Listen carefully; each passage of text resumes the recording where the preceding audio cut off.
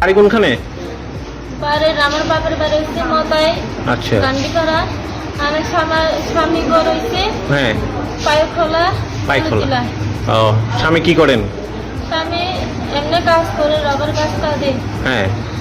তো কি তো হসপিটালে কি লিগাইছেন? আমার শাশুড়ি, আমার দেবর, আমার স্বামী, আমার শাশুড়ি আর শ্বশুরের মা, হ্যাঁ। তারা সবাই মিলে আমাকে দৌড়ি মারছে। মারছে আপনারে? হ্যাঁ। কেন? মেয়ে ছেলে জন্ম হয়েছে না, মেয়ে জন্ম হয়েছে বলে। মানে মেয়ের জন্ম দিচ্ছেন এই কারণে মারছে? হ্যাঁ। আপনার হাতের মধ্যে এরকম কাটা টাটাটি কিসের? কি দিয়ে কাটছে এটি? গ্লাস ভাঙে। গ্লাস ভাঙ্গা? হ্যাঁ। আচ্ছা। এদিকে কাটে। হ্যাঁ। তো ওই গায়েতে সব লবণ লাগিয়ে দিয়ে কাটটা। মানে গ্লাস দিয়ে কাটতে ওই কাটা জায়গায় নুন লাগাই দিছে? হ্যাঁ। আচ্ছা। শুনলাম আপনার ঘরের নাকি বন্দি রাখছে? হ্যাঁ, 4 দিন ধরে। আজকে 4 দিন হইতেছে, খানা দানা কিছু নাই। 4 দিন যাবত খাওয়া দাওয়া দিতেছে না, না। ঘরে বন্দি করে রাখছে? হ্যাঁ। শুধুমাত্র মেয়ে জন্ম দিচ্ছেন এই কারণে? হ্যাঁ। আচ্ছা। আজকে সকালে আমাদের রবার কাজে যে দা আছে না, হ্যাঁ। এদিকে কাছে মারে হলে দিব এরকম করে তো আসছে। শুধু মেয়ে বাচ্চাকে আমাকে কাটতে পারে না। মানে আপনার দেওয়ার কইছেন রাবারের যে কাটে ওই কাটার দিয়ে আপনার কাটতে ফেলাই দিব? হ্যাঁ। আজকে? হ্যাঁ, আজকে সকালে। শুধু দোষ একটাই যে আপনি মেয়ে জন্ম দিচ্ছেন? হ্যাঁ। শুধু এদিকে। তো এই অত্যাচারটা বাড়িতে আর কে কে করে? সবাই। সবাই মিলে করে? হ্যাঁ। তো আপনি কারোর জানাইছিলেন নি? জানাতে যাইতে পারছে না। আচ্ছা। তো মেমো প্রদান করে আইসি না, যাইতে চাইলে গ্রামে তো মানুষের জিজ্ঞাসা চাইতে চাইলেও রাষ্ট্র একটু দৌড়ে রাখি দিয়ে রেতে গড়েতে বাঁধি রাখি দিয়ে পাও। মানে মানুষের জানাইতে দে না, এক ঘরে বান্ধা রেখা দে? হ্যাঁ। মানুষের জানাইতে মানে আপনারা ছাড়া দিলে যেহেতু মানুষের জানাই দিবেন এই কারণে ঘরে বান্ধা রেখা দে। হ্যাঁ। তো আজকে কেমনে ছুটতে আইছেন? আজকে এসে আমাদের ওর করে স্কুলে যাইতেছি না। তারপরে আমার স্বামী আছে, তো আমার স্বামী আইয়া তো আমার খুলে দিচ্ছে, মানে আমি বাথরুমে যাইব কইতাছে। আচ্ছা। তো আমার স্বামী জন গড়েতে মেয়ে রাখি দিছে। তো আমার দেওর মোবাইল গুণ আমি এতে তো চার্জ দিয়ে রাখি দিছে।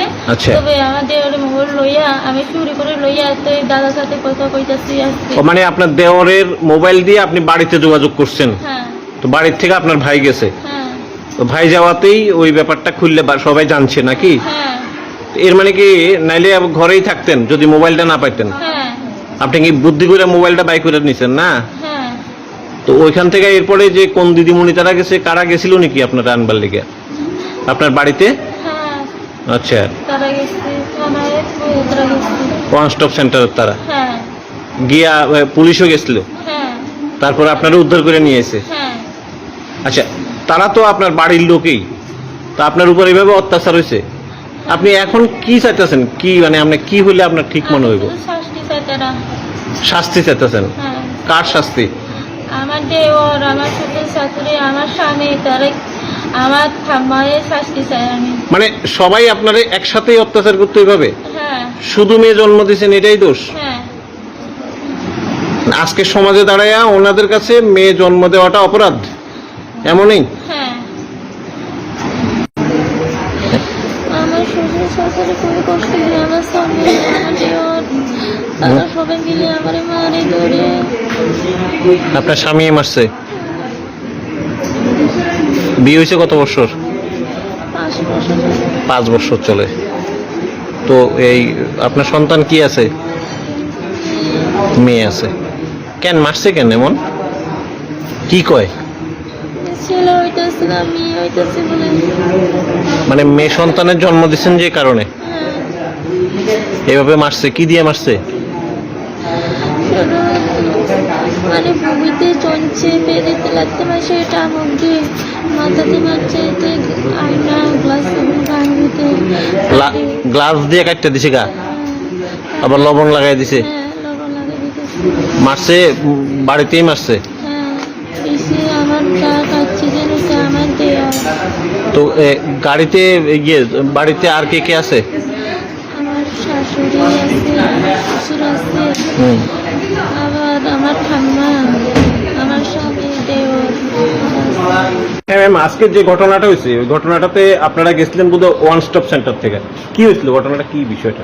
এটা পূর্ণিমা দেববর্মা, একজন আমাদের সাউথ ডিস্ট্রিক্টে একজন উইমেন, ওনার ভাই আমাদের কাছে কমপ্লেন করেছে পূর্ণিমা ত্রিপুরা, যে ওনাকে 4 দিন ধরে না খাইয়ে ঘরের ভিতরে বেঁধে রাখা হয়েছে, সঙ্গে গ্লাস ভেঙে সারা শরীরে ওর কেটে ওই জায়গায় নুন লাগিয়ে দেওয়া হয়েছে। একটাই অপরাধ, কেন কন্যা সন্তান জন্ম দিয়েছে। এটা শোনার সঙ্গে সঙ্গে আমাদের এখানে কমপ্লেন আসার সঙ্গে সঙ্গে আমরা ওমেন পিএসকে জানিয়েছি, ওমেন পিএসের থেকেও স্টাফ এসেছে, আমাদের সাহায্য করেছে ওনারা।